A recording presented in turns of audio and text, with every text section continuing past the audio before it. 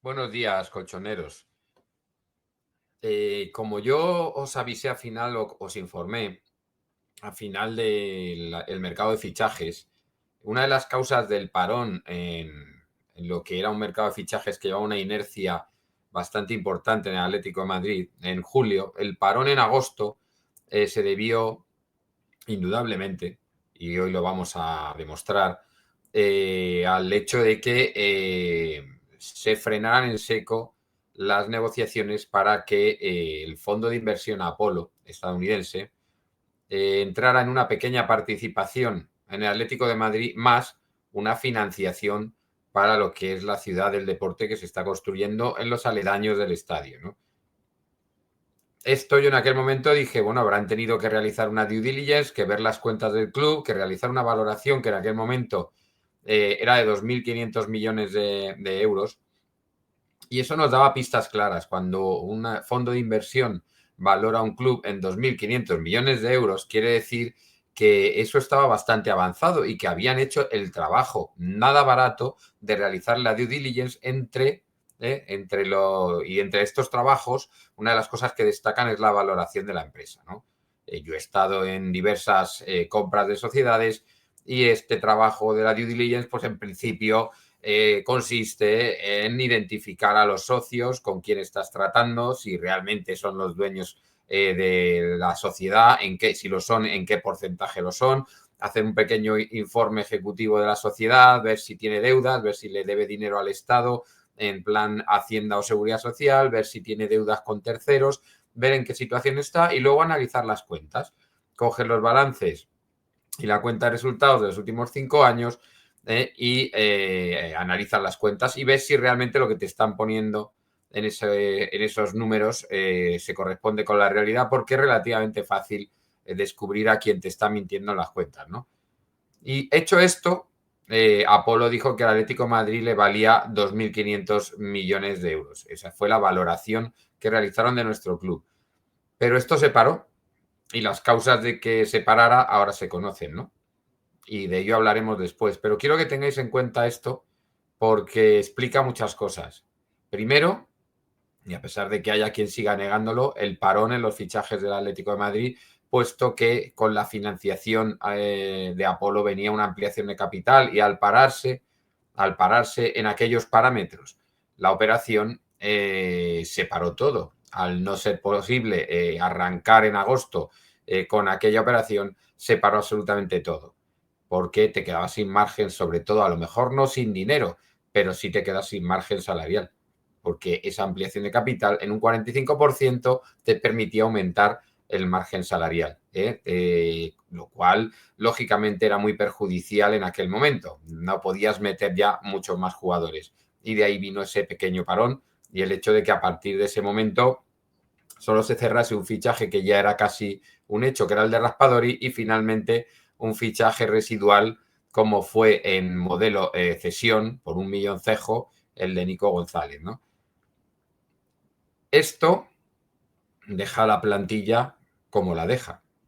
Después de tener unas necesidades muy claras, la plantilla del Atlético de Madrid cubre necesidades que no eran tan evidentes, como por ejemplo Raspadori, deja de cubrir la baja de Paul y deja de traer un delantero centro, que era lo que necesitaba el club como el comer, porque Sorloth estaba dando muestras, primero, de que no era de jugador del nivel para mayores empresas que no sea el tercer puesto de la liga, y además estaba dando muestras de no estar comprometido con el proyecto porque ya había dicho que se quería ir. Y cuando un jugador dice que se quería ir, aunque le convenzan de que se quede, el jugador ya se fue, como está demostrando con un penalti que nos cuesta 2 puntos en el campo del Alavés, y con una expulsión que nos cuesta otros 2 el partido de ayer. No está. Necesitábamos un delantero y necesitábamos un central y vino Janko, pero como el lateral que fichamos no era el adecuado, pues ya no tenemos central. Ni central, ni centrocampista, ni delantero centro. Todo el eje del equipo cojo. Pero bueno, vamos con el análisis del partido. Mallorca 1, Atlético de Madrid 1. Si queréis ahora mismo parar el vídeo y os vais al vídeo del día del Liverpool o al vídeo de cualquiera de los anteriores partidos, porque voy a decir casi lo mismo. Tenemos las mismas virtudes y los mismos defectos. Mientras el equipo está presionando en bloque alto, toda la defensa funciona de maravilla. Todo el mundo anticipa, todo el mundo roba, el rival nos entrega el balón y encima la creación no es tan necesaria porque ya estás, cuando robas en bloque alto, ya estás en campo rival. Y entonces toda esa salida de presión y toda esa creación se limita muchísimo, ¿no? Prácticamente la necesidad que tienes de crear juego hasta llegar al área se reduce a la mínima expresión. Pero nosotros tenemos un problema que es en cuanto llegamos al área. Cuando llegamos al área nos falta ese 9 para meterlas para adentro porque no lo tenemos. Y porque Julián no es un 9, Julián siempre ha sido un jugador de 10, 12 goles, y de meter unos cuantitos aquí, unos cuantitos allá, pero no, así, no es el típico tío que te va a dar una liga con 40 goles. No es el típico que se vaya a montar una temporada como la que pueda realizar Mbappé o como la que pueda realizar a lo mejor Lewandowski o un delantero de primer nivel o Kane, estos delanteros de primer nivel del fútbol mundial. Y como no tenemos un 9 que vaya a meter esos 30, 40 goles, pues tenemos una serie de jugadores que tienen que ir repartiéndose los goles. Ayer, Gallagher, por ejemplo, ¿no? Nosotros tenemos una oportunidad clarísima de Barrios al poste, tenemos una oportunidad clarísima en el penalti, realmente mal lanzado por Julián.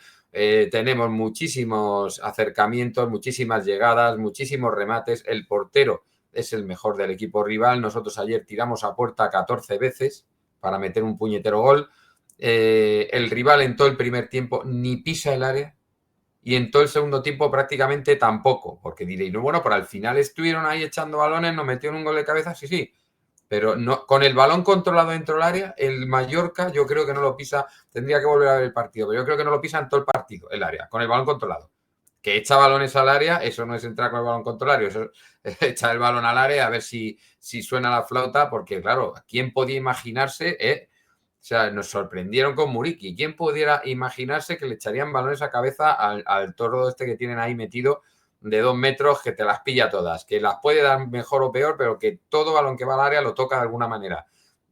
¿Quién puede imaginarse eso? Era, no se vio venir. No se vio venir, macho. Un tío absolutamente solo. Pero bueno, ya iremos al segundo tiempo. Estamos con el primero.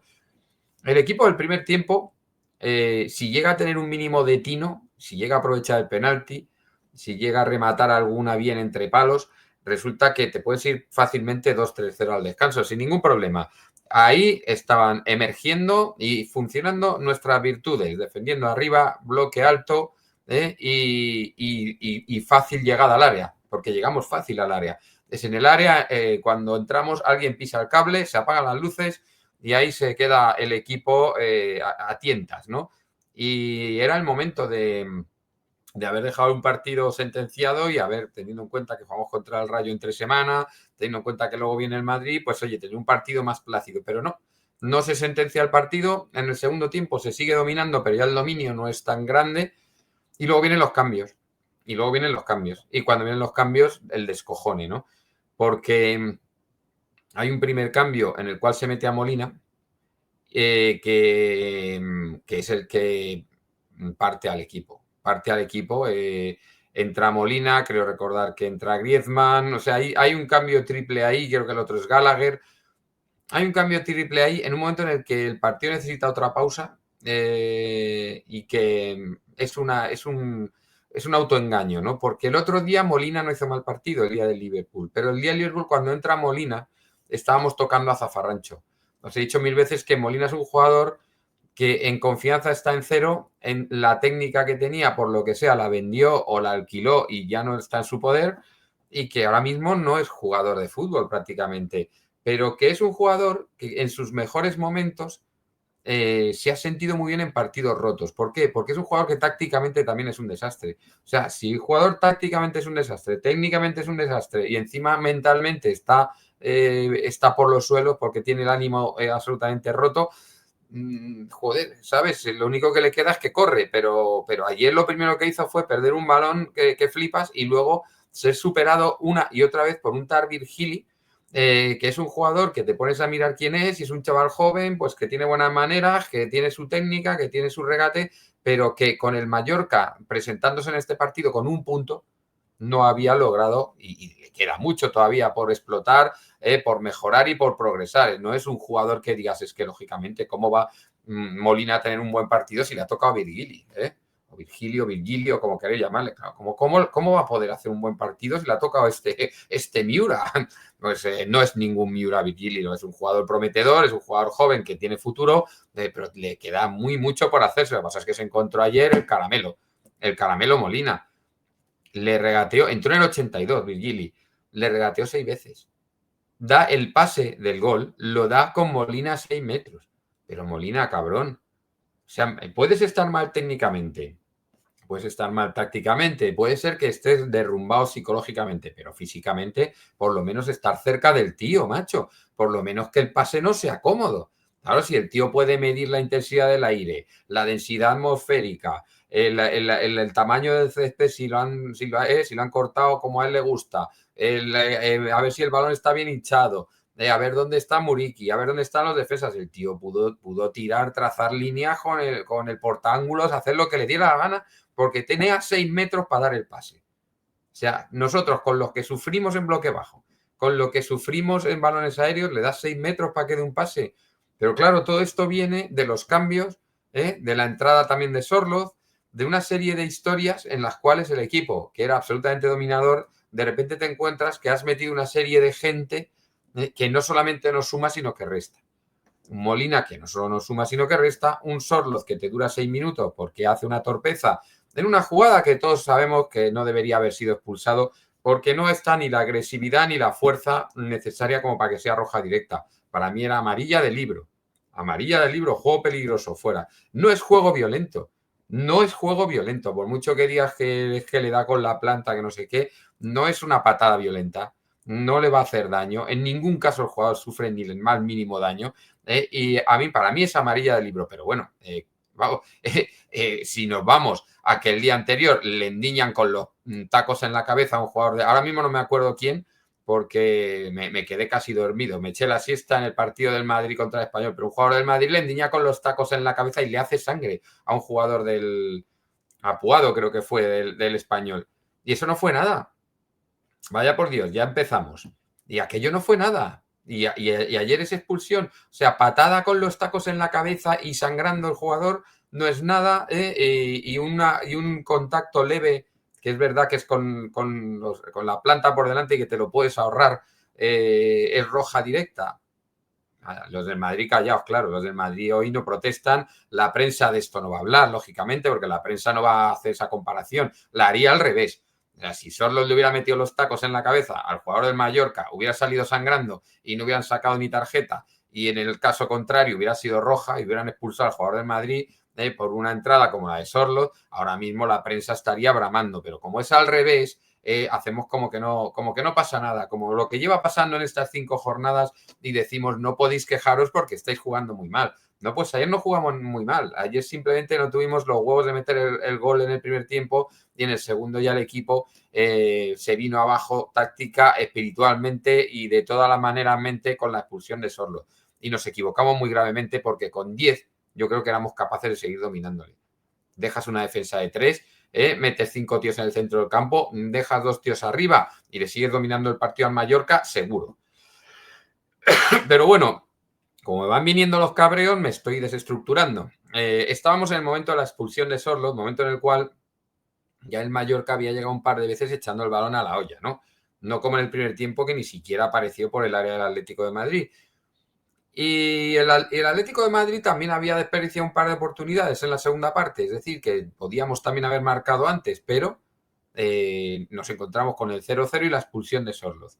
Y que tenemos un equipo en el campo que estaba hecho para el zafarrancho de que hay que meter un gol y necesitamos ir para arriba.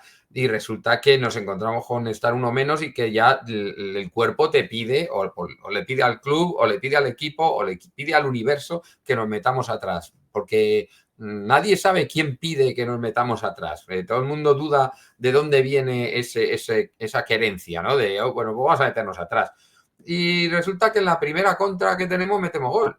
Increíblemente. Bueno, increíblemente no, porque llegan 4 tíos al área, claro. Si tú haces un contragolpe con 4 tíos al área, tú vas en superioridad y si hay un rechace, hay unas probabilidades amplias de que le caigan al tuyo, igual que le pueden caer a ellos. Pero es que ellos defendían con 3. Ellos pensaban que ya el Atleti no iba a atacar nunca más, se van para arriba y cuando tú sales con 4 y ellos defienden con 3, resulta que tienes más probabilidades de que el rechace del portero te caiga a ti, le cae a Gallagher y mete gol. Gol. Muy bien. ¿Qué es lo que pasa? Que ahí nos metemos para atrás y ahí ya dejan de salir 4. Ahí ya decidimos que hay que defender el partido. Ponemos defensa de 3, nos metemos atrás y nos da lo mismo que nos estén echando balones a la olla. No pasa nada. Si tenemos defensa de 3, pues defensa de 3 que se quedan los 3 parados mientras entra Muriqui a empatarnos el partido absolutamente solo. Absolutamente solo. Y además un gol en el cual se juntan varios errores. Primero, meterse atrás, después permitir un pase con el defensa, el lateral a 6 metros del tío que da el pase y después no sospechar que tal vez Muriqui pueda ser el tío que te meta gol de cabeza. No tener esa, que te pique el gusanillo Muriqui, que digas, a ver este tío que siempre la da con la cabeza, a ver si no va a ser él al que le estén echando los balones. A ver si vamos a ponernos uno con él, ¿no? Pues ninguno. De 3, ninguno. Tuvo esa ocurrencia de no vaya a ser que. Pues Muriqui solo, Muriqui gol y todavía nos pasamos porque contra el Liverpool, en el momento en el que se pusieron ellos 3-2, fuimos al ataque y todavía tuvimos una ocasión. No, ayer con el 1-1 a defender el 1-1.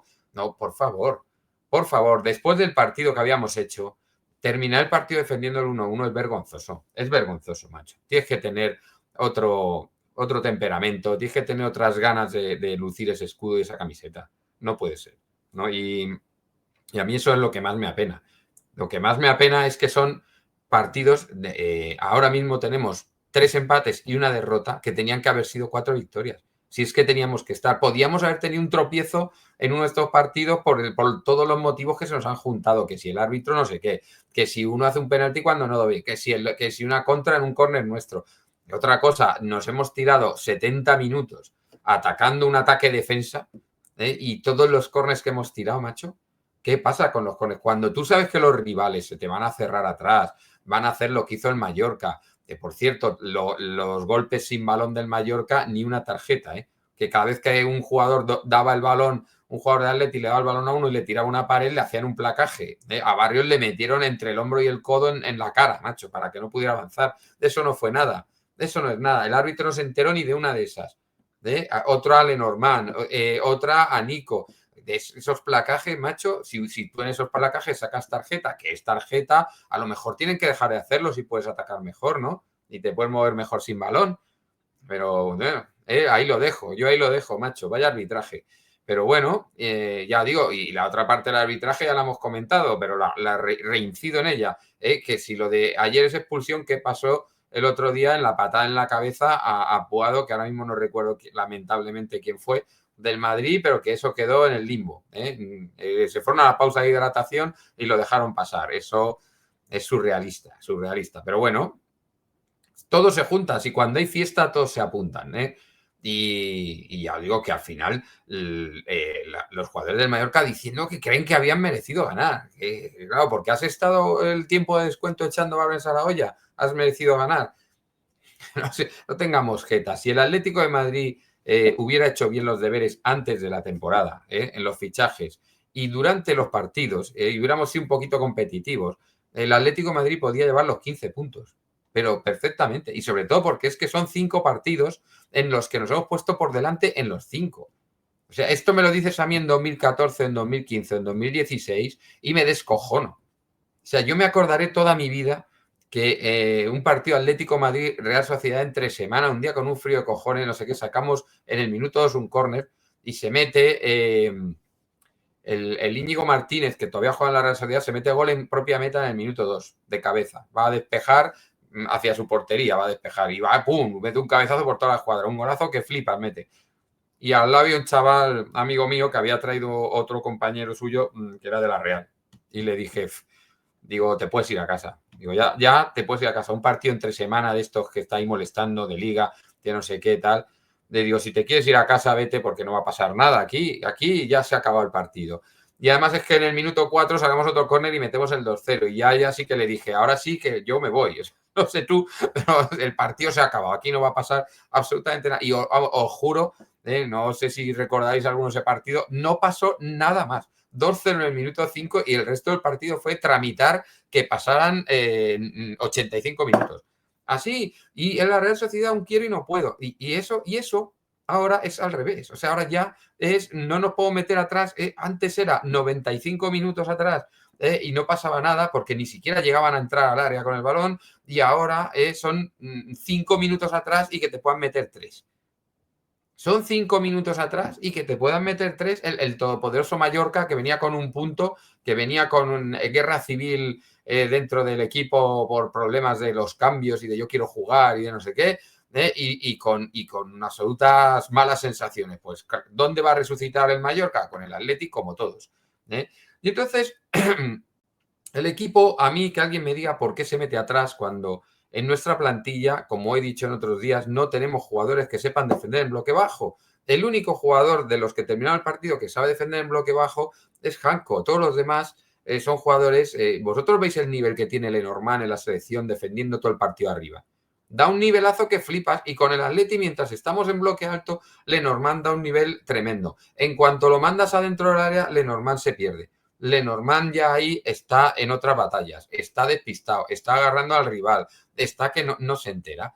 Él necesita defender en bloque alto, porque en bloque bajo no es un buen defensa. Si nosotros vamos a defender en bloque bajo, cuando se recupere Jiménez, si ponemos a Jiménez y a Janko, todavía. Pero es que no tenemos un mediocentro por delante, porque el mediocentro que hemos traído es muy mediocentro organizador.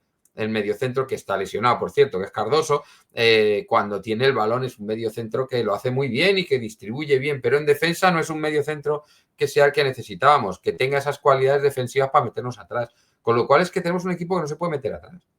Es que nuestro equipo no se puede meter atrás, pues nos metemos. Y contra el Liverpool la cagamos. Y contra el Mallorca la cagamos. Y no, es que ayer estamos con uno menos. Con uno menos al Mallorca te lo follas igual. Igual, macho. Si son 4 tuercebotas los del Mallorca, macho. O sea, ¿qué me estáis contando? Unos tíos que no olieron el balón en 70 minutos y de repente por la expulsión, ay, pues ahora nos tenemos que meter atrás. Qué mala suerte. No, vamos, no me jodas, macho. No me jodas, pero si a la primera les metimos gol. En cuanto metes 4 tíos a atacar, a la primera les metimos gol. En cuanto dijeron, ay, pues vamos al ataque. Y en cuanto dejaron un poquito desprotegida la defensa, que tapó un gol. A la primera. Pero no estáis viendo la luz, coño, que vengan para adelante, que vengan a por nosotros. Vamos a salir con 4 o con 5, les vamos a meter otros 3 goles. No, decidimos que ya no salimos más, que hemos metido un gol y que hay que defenderlo. Y luego, ¿qué pasa cuando te empatan? Que no es lo mismo cuando estás empate a 0, que todavía quieres dar que cuando te han empatado uno que dices, oh Dios mío, que me han metido un gol. Es que no es la misma psicología. Cuando has metido un gol y a los 6 minutos o a los 5 te han vuelto a empatar, que cuando sigues 0-0 y ellos no han hecho nada. Ellos ya han hecho algo y entonces tú ya te cagas con las patas abajo porque me han metido un gol. Ay, Dios mío, que si estos tíos hasta meten goles y todo, y me voy a meter atrás y vamos a defender aún más atrás, vamos a hacerlo aún más rocambolesco, y vamos a no salir ya de nuestra área. Bueno, pues nada, pues dio el mismo resultado contra el Liverpool que contra el Mallorca. Gol en contra. Y porque no duró 5 minutos más el Liverpool y porque no duró 5 minutos más en Mallorca, que si no, pues más goles en contra, porque es absolutamente esperpéntico con un equipo, insisto, en el cual tu portero tenías que haberlo cambiado, habías pensado en traer a Joan García, como tú publicitas tu fichaje 6 meses antes, te quita el Barcelona a Joan García, habías pensado traer al portero en Mallorca, que ayer hace un partido tremendo, también lo habías pensado en traer. ¿Por qué no lo traes? Porque te da yuyu, porque claro, porque todavía Oblak, no, bueno, pues Oblak está demostrando que prácticamente todo lo que le va a puerta es gol. Aparte de que a veces le dejan muy vendido, pero Oblak necesita recambio ya. Tiene una edad, no sale, se le cae el larguero encima y ya no tiene los reflejos de antes. Es un portero que te cumple, que te vale, pero que no va a ser diferencial. Y tú para ganar cosas necesitas un portero diferencial. Y Oblak ya simplemente cumple. Lo que puede parar lo para y lo que no puede parar no lo para. Antes te paraba lo que podía parar, lo que no podía parar y lo imparable. Y algunas veces 4 veces seguidas. Pero ya no lo hace. Ya no es aquel chaval que saltaba, caía, paraba una, volvía a saltar, volvía a parar otra. Ya no es. Nuestro lateral derecho, Llorente, es uno de los jugadores que más goles lleva en la temporada, es uno de los jugadores que ofensivamente mejor lo está haciendo, es uno de los jugadores que en la mitad de los partidos sube 1 o 2 veces al ataque porque está haciendo muchas veces hasta de tercer central. El lateral que se convierte en central es Llorente. Y Llorente es un jugador que tiene llegada, que tiene velocidad y que encima puede hacer box to box porque tiene físico. Y entonces dices, ¿qué hace de lateral? Pues porque no tenemos un lateral derecho, porque el que hemos traído es Pubil, y al que íbamos a traer es Areso. Y como Areso al final decidió, porque ya, insisto, el fichaje o el hecho de que queríamos traer a Almada y a Areso, os lo dije yo en mayo. En mayo está el vídeo. A finales de mayo buscáis un vídeo mío en el que salen los nombres de Areso y de Almada. Y son jugadores que. Pero el de Areso se cae. El de Areso, cuando parecía que estaba hecho, entra al Athletic Club de Bilbao, empuja. Y él decide, como ya había jugado en el Athletic Club, por corazón, por amor a esos colores, bueno, pues muy bien, Areso, suerte en la vida. Pero traemos a Pubil y como no es el que estaba en la libreta, pues ya Simeone no lo tiene conocido, no le tiene bien testado, pues ya Pubil ya no le vale. Ya no tenemos lateral. Pero oye, el tío es alto, pues le voy a poner de central, suplente. Pues ya no tenemos lateral derecho. Otra vez a jugar con Llorente lateral derecho y encima el cambio es Molina. Vaya por Dios. Los centrales, pues hombre, ya hemos dicho, son dos centrales que en bloque alto defienden bien, pero que en bloque bajo se pierden. Lenormand se pierde y ya Lenglet ni os cuento. Lenglet estaba hecho para no ser titular, está hecho para que viniera el Cuti Romero y se pusiera junto a Lenormand a hacer una defensa con bastante, bueno, pues de bastante consideración y que tenga jerarquía y que domine y que, bueno, pues no viene el Cuti Romero, pero viene Janko. Ah, muy bien, viene Janko, bueno, pues eso. También es de garantía, no es el Cuti Romero, pero oye, es un chaval que lo puede hacer bien y que además es comprometido y físicamente fuerte y que en un momento dado te puede hacer de lateral. Bien. Lateral izquierdo, pues lateral izquierdo estaba hecho por el club, se había ofrecido él. El club había aceptado y el club le había preguntado al entrenador que también estaba por la labor. Iba a venir Teo Hernández. Teo Hernández, buen lateral. Pero ¿qué pasa? Que como persona no es muy grata para la afición. Y entonces el club decidió filtrar la noticia para ver qué decía la gente. Cuando vio la que se montó en las redes sociales, el club tiró para atrás. Pero este fichaje estaba hecho. Estaba hecho.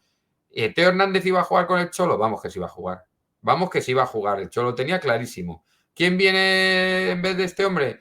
Ruggeri. ¿Quién es Ruggeri? Ni puta idea. Es un chaval que ha hecho un buen europeo sub-21. ¿Eso es lo que tenemos de él? Eso es lo que tenemos de él. No tenemos más.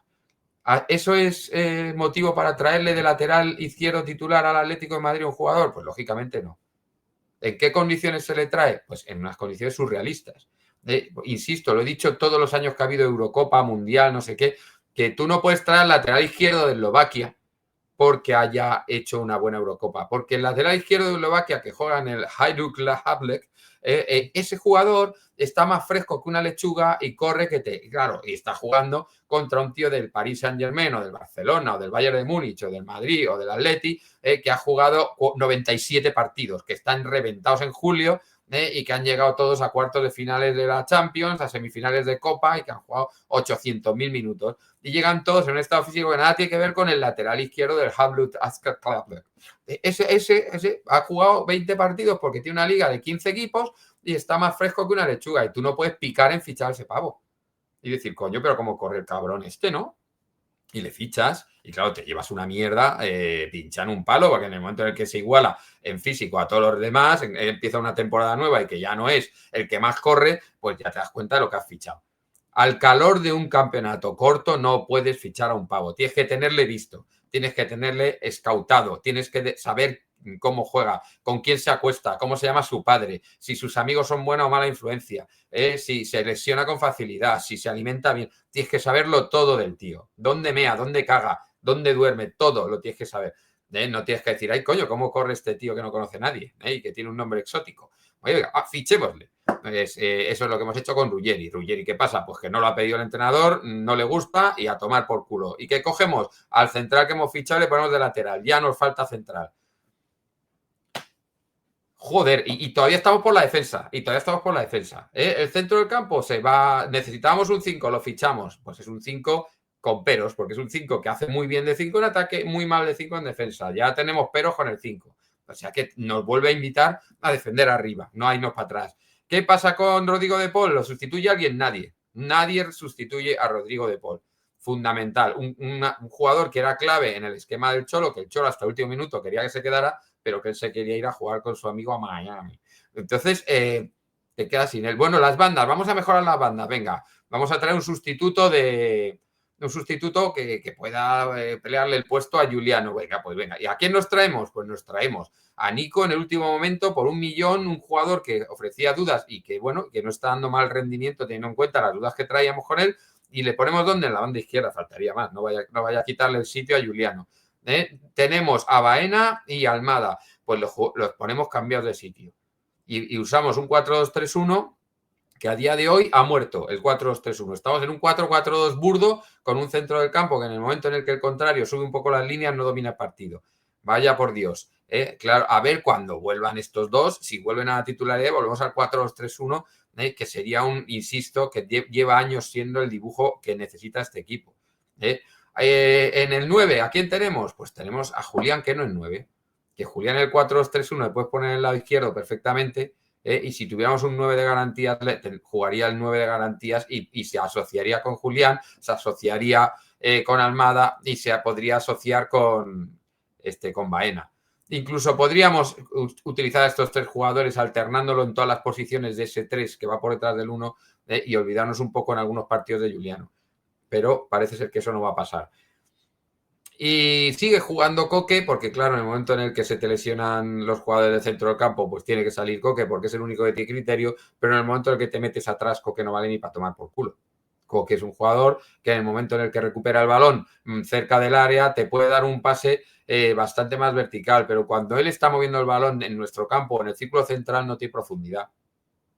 No, porque no es el sitio en el que él mueve mejor el balón, él tiene que estar más adelante y ya jugando en el doble pivote ni te cuento, y si el doble pivote son Coque y Barrios, ni os cuento porque son 2 volantes, sobre todo Barrios tirando a ofensivo, y entonces necesitamos que el equipo presione arriba, y por eso el equipo ayer funciona muy bien todo el rato que está presionando arriba, porque la defensa funciona mejor presionando arriba, porque los laterales funcionan mejor presionando arriba, porque el centro del campo funciona muchísimo mejor presionando arriba, y en el momento en el que decides que te metes atrás, no tienes jugadores que tengan ni puta idea de jugar atrás. Pero ni puta idea de jugar atrás.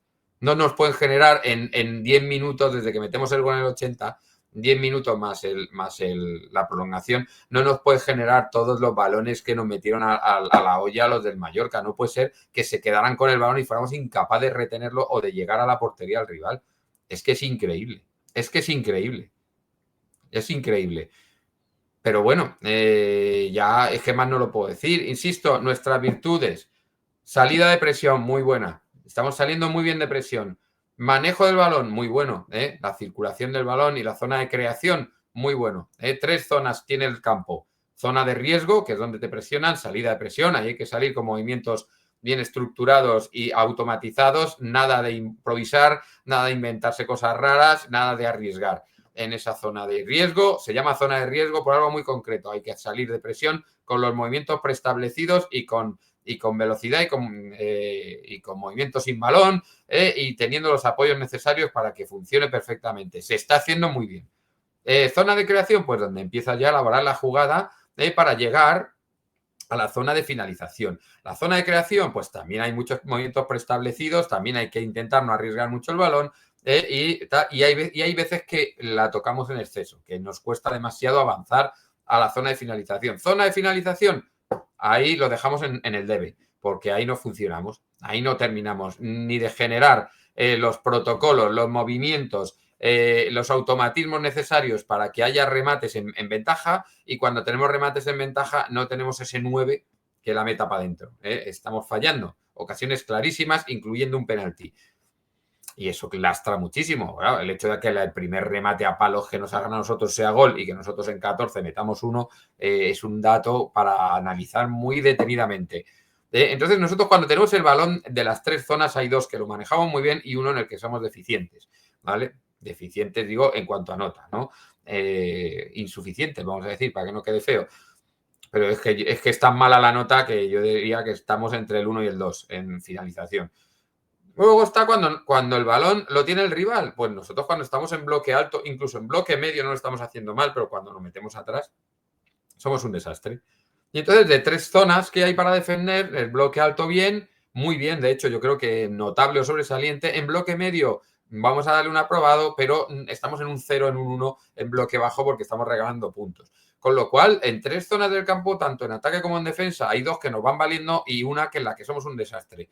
Y, joder, es que estamos clavando situarnos en esa una en la que somos un desastre y que además que son las áreas. Son las áreas en ataque y el área en defensa. Es donde se definen los partidos y es donde la estamos cagando. O sea, yo pagaría por volver a ser ese equipo que no jugaba nada, pero que sabía cómo ganar, a este equipo que juega mucho, pero que no sabe cómo ganar. Es que cambiaría aquello otra vez, macho. Yo volvería al 2014, 15, 16 con los ojos cerrados a día de hoy. Porque esto del Atleti es una cosa muy especial y es un sentimiento muy especial. Y aquí no hay que jugar bonito, aquí lo que hay que hacer es darlo todo, es que se note que eres un jugador comprometido con la camiseta y con el escudo, lo de coraje y corazón no se dice porque sí, y aquí no es exclusivamente ganar, porque no es exclusivamente ganar, pero tampoco es exclusivamente jugar bien.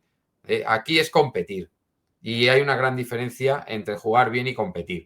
Y entre ganar y competir también, porque una cosa es perder compitiendo y otra cosa es perder haciendo el gilipollas, ¿no? Perdón, porque ya sabéis que mi garganta dura lo que dura. Así que estamos en un escenario en el cual no estamos siendo competitivos. Jugamos muy bien, competimos muy mal. ¿Por qué? Porque en las 2 áreas, en defensa en la nuestra y en ataque en la suya, es donde tenemos los puntos débiles. Y eso sigue desde el día 1. Desde el día 1 tenemos esas carencias. Tenemos las virtudes que tenemos, que están muy bien. Las virtudes hay que intentar mantenerlas y las carencias hay que intentar o curarlas o mejorarlas o ocultarlas en los partidos. Y una manera de ocultar una carencia como la de que no sabemos defender en bloque bajo es mantenerte en bloque alto todo el partido. No decir, ay, voy ganando de 1, vamos para atrás. Ay, he empatado en Liverpool, que un resultado más positivo, vamos para atrás. No, una cosa, insisto, lo dije el otro, y una cosa es que el contrario, te meta 7 tíos en tu campo para intentar meterte un gol, y otra cosa es que cuando tú recuperas el balón, no le metas a él otros 7 y digas, bueno, pues venga, a ver tus 7 si se quedan arriba o bajan a defender, porque yo subo con 7. Claro, si subes con 1 con 2, ¿qué hacen los 7 del contrario? Quedarse ahí. Te defienden con 3, te roban el balón porque son más y tienen 7 tíos arriba y te meten ahí todo el rato. La clave, insisto, cuando el contrario pretende ir hacia arriba, es que tú sigas yendo hacia arriba, porque si tú no sacas gente al ataque, vas a estar arrinconado, que es lo que le pasaba al Mallorca en el primer tiempo, que estaban atrás haciendo lo que podían, subían con 2, como mucho con 3 un par de veces, y aún así. Y esta es la vida, amigos, del Atlético de Madrid. Yo creo que estas cosas, y luego, ojo, otro punto débil que tenemos son los balones aéreos y el balón parado. Que nosotros estamos asediando 70 minutos y no aprovechamos un puto córner, no aprovechamos una puta falta. Ningún balón que vuela al área del rival tiene ningún peligro. Y sin embargo, a nosotros todos los balones que nos vuelan a nuestra área son medio gol. Son medio gol. O sea, se convierten en algo, unas oportunidades tremendas. Insisto, el gran Virgili se va 5 o 6 veces, creo que conté 6 veces, hay una que no termina de irse, simplemente se abre hueco para centrar, que es el gol, pero le vuelve loco a Molina. ¿Por qué? Pues porque en bloque bajo no sabemos defender. Lo he dicho muchas veces, Molina es un jugador de partidos rotos, un jugador anárquico y un jugador que en esa locura se desenvuelve bien, como le pasaba mucho a De Paul también, como le pasaba a varios jugadores, ¿no? del Atlético de Madrid. Pero en bloque bajo, en orden, en disciplina individual y colectiva, en no entrar cuando no debes, en anticipar solo si vas a robar el balón, en ciertas cosas, en realizar ayudas, etcétera, en bascular, le cuesta, no está. Y ahí sigue, y Pubil en el banquillo, y Pubil, que es un lateral muy prometedor, en el banquillo. Ahí habría que preguntarse qué es lo que pasa. Y ahora esto es lo que nos lleva, vamos a ver, primero a la pizarrita. Bueno, la pizarra poco hay que decir en este partido que no sepamos. Oblak, Lenglet y Lenormand en el centro. Janko, el central que hemos traído porque no viene el Cuti Romero, de lateral. Llorente, el jugador que tenía que jugar en el centro del campo porque hemos traído a Pubil de lateral. Pubil en el banquillo y el jugador Ruggeri que le hemos traído para lateral en el banquillo. y un centrocampista de lateral y un central de lateral. Así, dos puestos que son fundamentales en el ataque del Atlético de Madrid, que son los laterales, tenemos un central y un centrocampista.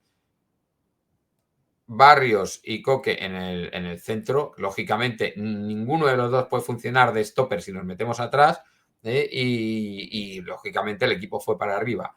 Nico por la banda izquierda, que sigue siendo un jugador pues, que aporta movilidad, que aporta empuje y que aporta ganas de momento.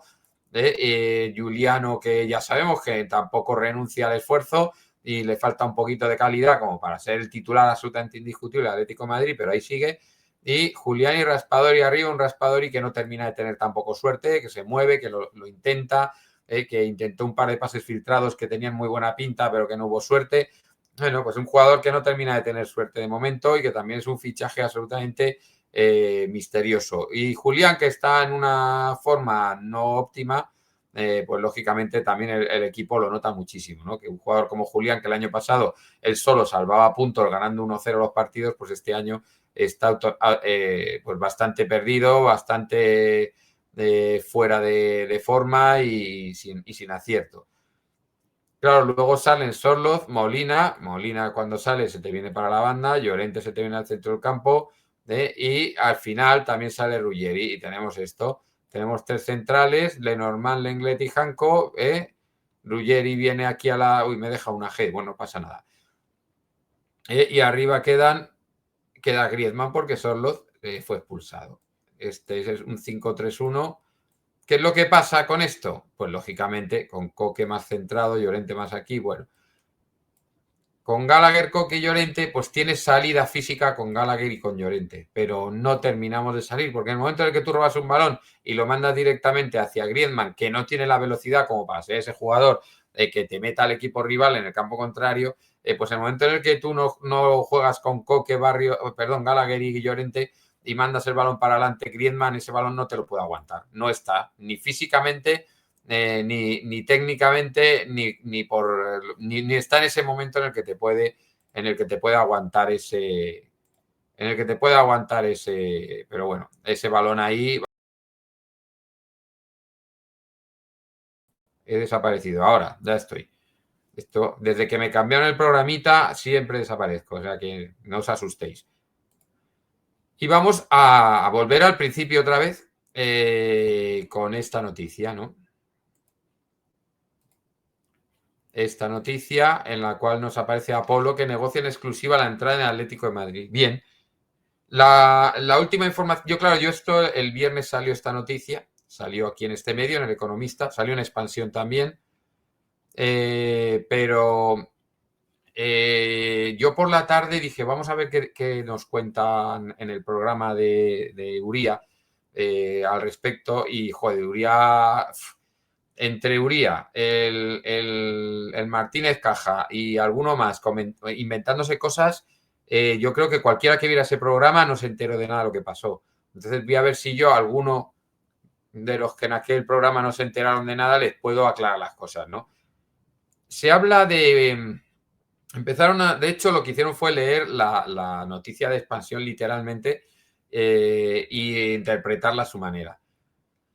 El Atlético de Madrid en verano había hablado con Apolo y las negociaciones iban en torno a entrar de manera minoritaria en el accionariado y financiar al club para la ciudad del deporte. Y dentro de esta financiación, parte era una financiación directa y parte venía de la mano de ese aumento de capital que se venía valorando en 90 millones de euros. Para aumentar el capital, 90 millones de euros de una sociedad que valoran en 2.500, la participación social iba a ser residual, ¿vale? Iba a ser entrar con una participación social menor. Apolo, que ya tiene clubes creo que tiene uno en México, uno en Estados Unidos y que tiene también equipos de béisbol y de fútbol americano, esa no es su forma de operar. Y eso se cayó. Miguel Ángel Gil no veía claro ceder el club ya antes de que estuviera finalizada la ciudad del deporte y esa negociación en esos términos se cae. ¿Qué pasa con ese tema? Pues que los 90 millones eran importantes de cara al límite salarial y a poder seguir fichando gente. Y que entrara un poco más de dinero también de cara a poder hacer algún otro fichaje. por eso separan los fichajes. Le preguntan en el chat a Rubén Urías si tiene algo que ver esto con la parada de los fichajes del mes de agosto y dice que no, de una manera tan rotunda que me acojona.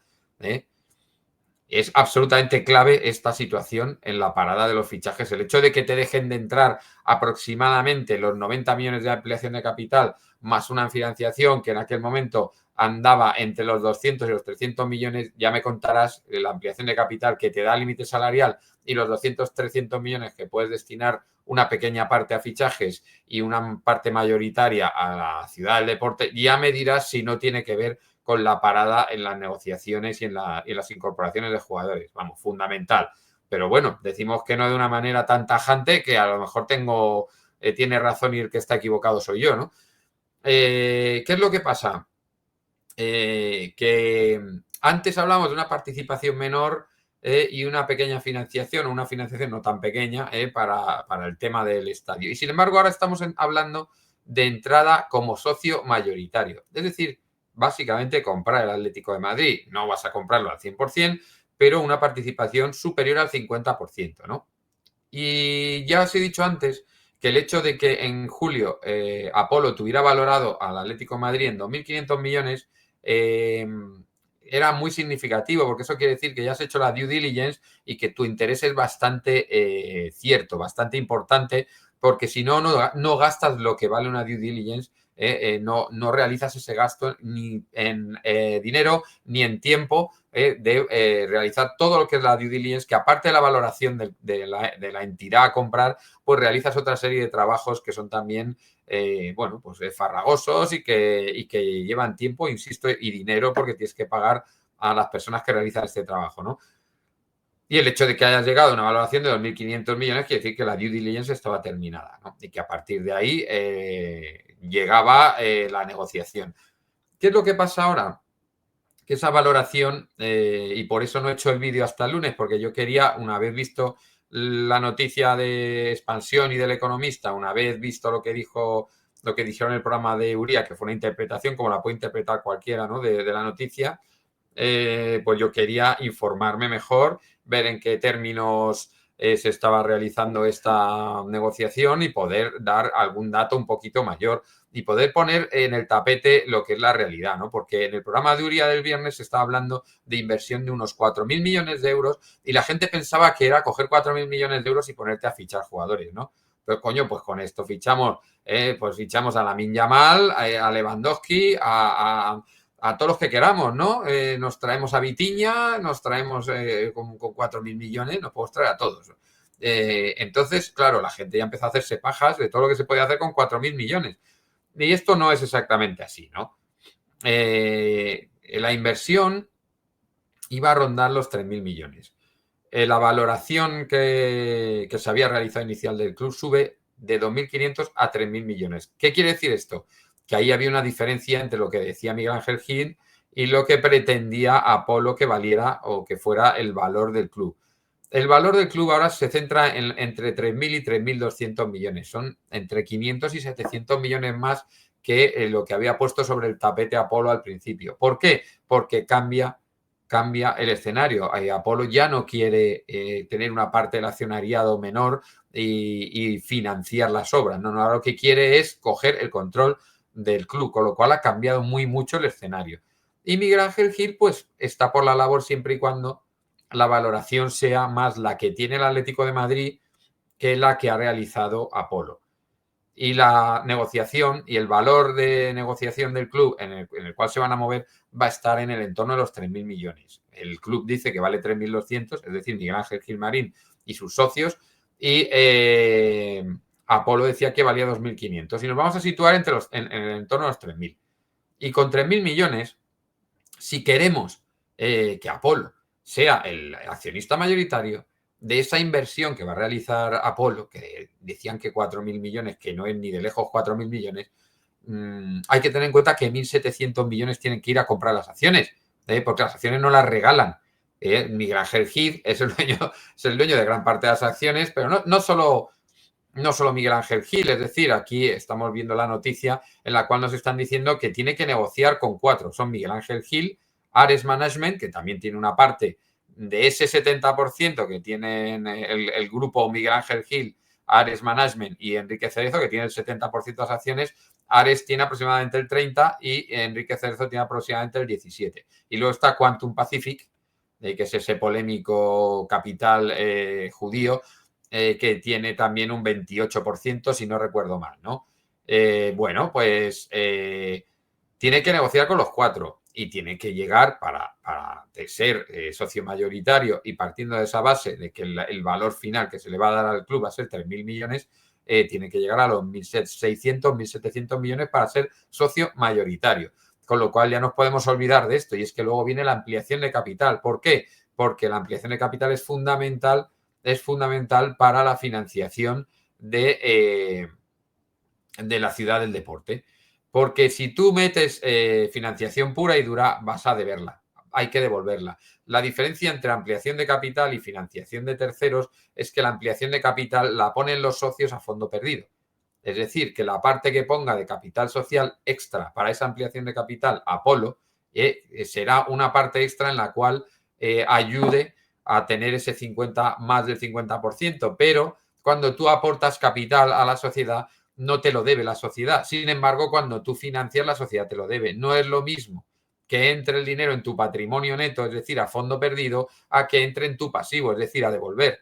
Y se estima que va a haber una ampliación de capital muy superior a la que se había planteado de 90 millones anteriormente. Ahí hay negociación todavía y ahí todavía no han llegado a puerto. Pero la ampliación de capital es fundamental para que el Atlético de Madrid pueda realizar las obras y no andar debiendo dinero y pueda amortizar las obras cuando a partir de 2027 empiecen a funcionar todas las atracciones o todos los negocios que se están implementando en esta ciudad del deporte, ¿no? Cuando todo esto empieza a funcionar y a generar dinero es cuando se va a empezar a amortizar, pero hasta ese momento, si el dinero entra en forma de financiación, es un pasivo y hay que empezar a pagar por algo que no está dando rendimientos, con lo cual es fundamental la ampliación de capital una vez más, ¿no? Que eso hay que explicarlo también, porque, insisto, y lo digo por última vez, lo he dicho 2 veces, y esta es la tercera y la última, no es lo mismo que el dinero entre a fondo perdido en el patrimonio neto como capital social a que entre como pasivo, como deuda y haya que devolverlo. No tiene absolutamente nada que ver, lógicamente. Y esta parte todavía está en negociación. Bien. Entonces, ¿qué quedaría de esa inversión para jugadores? Pues habría que ver cuánto de lo que queda restante de esa inversión que pretenden hacer sería para jugadores, sería para hacer un equipo competitivo, pero no, desde luego, esos 4.000 millones que se vendía en la tarde del viernes como de 4.000 millones para invertir en el equipo, no, para 4.000 millones es la inversión total, incluye la mitad prácticamente se van y que no son 4.000 millones, que a mí me hablan de 3.000 y pico, o sea, que ya no son 4.000 y ya más de la mitad tienen que ir destinado a comprar las acciones, porque si no compras las acciones ni amplías capital, no eres el dueño del equipo, ¿vale? O sea, primero hay que comprar el equipo y entonces parte de ese dinero ya más de la mitad no podemos contar con él. Había otro tema que es que si estaba tan claro que los dirigentes actuales seguirían en el cargo. Se está diciendo que una de las partes de las patas de la negociación era que siguiera de presidente más o menos honorífico Cerezo y de CEO Gilmarín, que Gilmarín siga siendo la cara visible. ¿Qué pasa cuando se realizan este tipo de operaciones? No, yo creo que ya podemos quitar esto ya. Cuando una empresa compra otra, y es una startup, por ejemplo, una startup de inteligencia artificial que ha empezado, lleva 2 años y funciona de lujo. Y tú llegas con tu capital y le dices al dueño, amigo, te doy 3 millones por tu empresa, si te interesa. Y joder, el tío se le hacen los ojos chiribitas porque el tío está ahí, es un emprendedor que está luchando, se levanta a las 6 de la mañana, tiene que hacerlo todo, hace hasta las fotocopias y no sé qué, y se encuentra con que un fondo de inversión te quiere comprar la empresa. ¿Qué va a decirle el fondo de inversión a este pequeño emprendedor? Le va a decir, y te quedas 2 o 3 años conmigo. ¿Por qué? Porque este chaval es la cara visible, es al que conocen los clientes, es el que ha desarrollado el tema, es el que sabe cómo lo ha puesto en marcha y cómo le está funcionando la empresa, con lo cual es el chaval que tiene que seguir. O sea, tú has comprado un globo para darte vueltas por el cielo, pero tienes que, el tío que lo maneja, si tú no sabes de globos, No, los tienes que contratar también. Tienes que contratar a alguien. Te has comprado un barco, no tienes el título de capitán, pues tienes que contratar a uno, ¿no? Pues esto es lo mismo. Tú estás comprando una empresa que no sabes que gana, pero no sabes cómo funciona la inteligencia artificial, pues tienes que mantener al tío ahí, ¿no?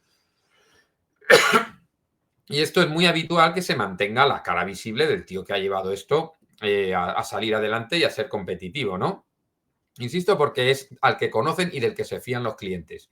Y si tú de repente metes a Pepe, que es un tío tuyo, un colega tuyo del fondo de inversión, que dices, es muy bueno Pepe, sí es muy bueno Pepe, pero ni le conozco ni me fío de él. Y hay clientes que van a decir, hasta luego, Lucas.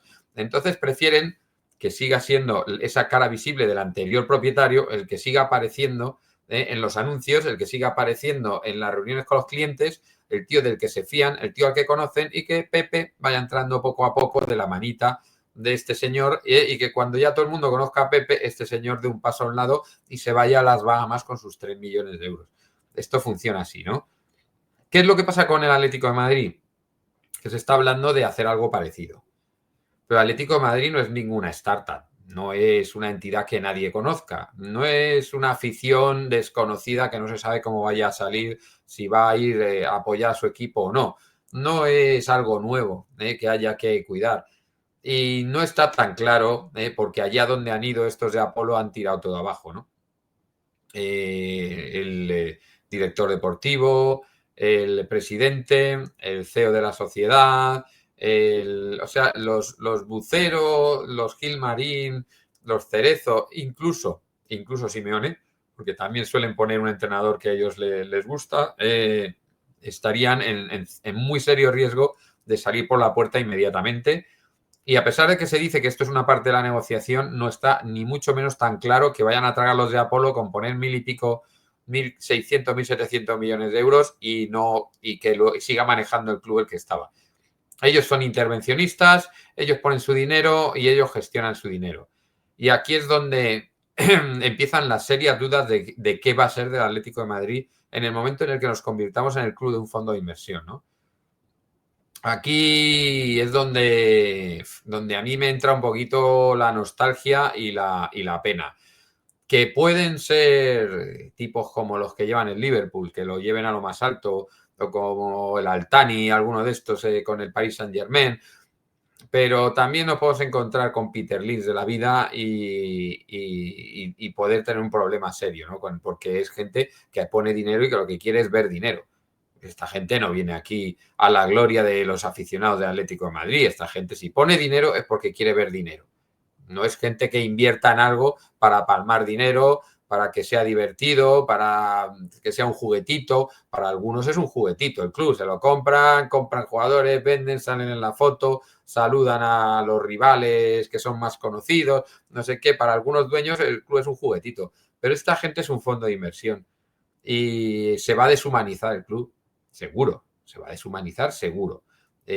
Por eso hay una parte de todo esto que a mí me produce zozobra, por decirlo de alguna manera, que van a cambiarlo todo y que, bueno, ya veremos esto cómo sigue, pero a lo mejor de repente somos un club del petrodólar, bueno, del petrodólar en este caso no, pero un club montado en el dólar y que empezamos a comprar y que empezamos no sé qué, que a mí tampoco me termina de molar ir a golpe de talonario por la vida.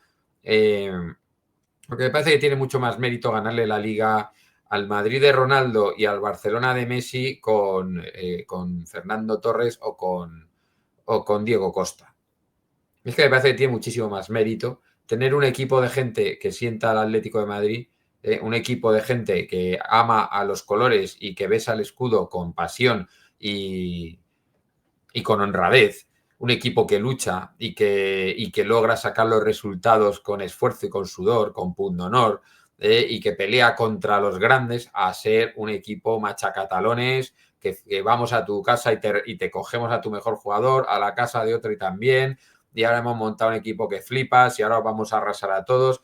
Yo antes de chaval, como anécdota, os diré que yo era muy del Manchester City porque estaba en la ciudad del Manchester United, que era una especie de abusador, y yo era del Manchester City, porque era un pobre equipo que hacía lo que podía, teniendo en cuenta que la ciudad estaba el todopoderoso United. Hasta que entraron los jeques, se hicieron con el City, empezaron a poner dinero y a mí ya eso no me moló y ya dejé de ser del City. Pero yo antes era muy del City por este tema, porque era el David contra el Goliat. Y yo, todos los que estamos en Atlético de Madrid tenemos un poco de ese... Porque yo siempre he dicho que ser del Madrid es como en estas películas estadounidenses en que va un señor con gafitas, un chavalín con gafitas por el instituto con su mochila y llegan 4 tíos del equipo de fútbol americano, 4 armarios, rubios, ojos azules, grandes, guapos, fuertes, y tal, y les cogen y le empiezan a tirar la mochila, a dar collejas, tal, le amenazan, le pegan, le roban el bocadillo, le pasan la mantequilla por la cara, no sé qué. No, yo soy el que apoya a ese chaval a que en el momento en el que le están haciendo eso le pique una araña y le dé de hostias a los gilipollas esos. Yo siempre estoy con el débil, con el que en un momento dado se puede revolver ante eso. Ser del Madrid es ser de esos. Es ser de esos. Tú tienes todo el dinero, todo el dinero que quieras y el que no te lo regalan. Tienes a la prensa, tienes las instituciones, tienes a las federaciones, a la liga y al comité técnico de árbitros. Tienes los que más aficionados del mundo. Y si por lo que sea todo falla, tienes a los árbitros, ¿vale? Bueno, pues ya está, tío. Es como ir a pegar al del gafitas con todos los cafres del equipo de fútbol americano. Hemos ganado. Claro, sois 4 contra contra un gafitas de 1,30 m y vosotros sois el equipo de fútbol americano. Hemos ganado, enhorabuena, otra vez a celebrarlo, venga. A mí lo que me mola es que el gafitas le pique una araña y les ponga a caldo a todos. Eso es lo que a mí me mola. Y entonces pasar a ser el equipo de los... como el viernes se hacían pajas mentales todos en el programa de Uría, los 4.000 millones. Ya estaba la gente viendo en quién se los gastaba, ¿no? Y Dios, es que tampoco me mola eso. Tampoco me mola. A mí me gustaría que hubiera más canteranos, que hubiera jugadores que vengan al Atlético de Madrid a trabajar humildemente, que quieran al equipo. Modelo Janko, que es un tío que lleva años queriendo venir al Atlético de Madrid. Modelo como era Diego Costa, como era Diego Godín, y tener a nuestros Gavis, a nuestros Torres, a nuestros Coques, nuestros jugadores de la cantera, que dan ese valor añadido de querer al escudo y de querer al club, y no tener un equipo en el cual prácticamente no juega nadie, en el cual prácticamente ninguno es ni de este continente, en el cual prácticamente pues todo el mundo ha sido fichado a golpe de talonario y todo el mundo viene porque sabe que aquí te garantizamos ganar porque si no te compramos a todos. Y si no ganamos el título te lo compramos y ya está. Y yo a mí eso pues no me gustaría en absoluto, pero el fútbol es así, va en esta dirección y yo mi romanticismo o me lo voy a tener o que comer o que irme al bádminton o algún otro deporte en el que se mantengan ciertos valores del pasado, que ya no queda ni uno, ni en el desarrollo del juego, ni en el desarrollo de las competiciones, ni en el desarrollo de los clubes. Entonces ya los valores del fútbol de antes, los que hacían que fuera un deporte noble y un deporte que mereciera muy mucho la pena tanto jugarlo como verlo, como disfrutarlo, cada vez están más lejos esos valores y cada vez está más podrido todo. Pero bueno, este es el futuro, por eso pongo lo de Apocalipsis Now, porque entre que en el equipo saben cómo está la cosa, que el entrenador lo mismo, en cuanto vengan los otros se tiene que ir, que las cosas no están saliendo, que hay lío institucional, que hay lío deportivo, que pues está la cosa que yo no sé por dónde va a salir, pero está todo muy rarito, ¿no? Y ni siquiera la entrada de esta gente asegura el futuro deportivo del club, ni siquiera lo asegura porque ha habido muchos casos que se ha ido todo a la mierda, pero así están las cosas. Y mientras tanto, nosotros, el equipo, a los que nos interesan, que son los jugadores, llevan 6 de 15, que es una barbaridad. Es una barbaridad estar en 6 de 15 y tener la liga perdida y estamos en septiembre todavía, amigos. O sea que vamos a seguir apoyando, habrá que intentar meterse en Champions, a ver si podemos, y a ver qué hacemos en la Copa y a ver qué hacemos en la Champions League de este año. Pero esto ilusionante, lo que se dice ilusionante, el tema no está. Pero bueno, es lunes y esta semana hay partido entre semanas, así que por lo menos, a ver si podemos ganar al Rayo y tener un poquito una alegría que jugamos en casa. Así que buena semana, amigos, y Forza Atleti.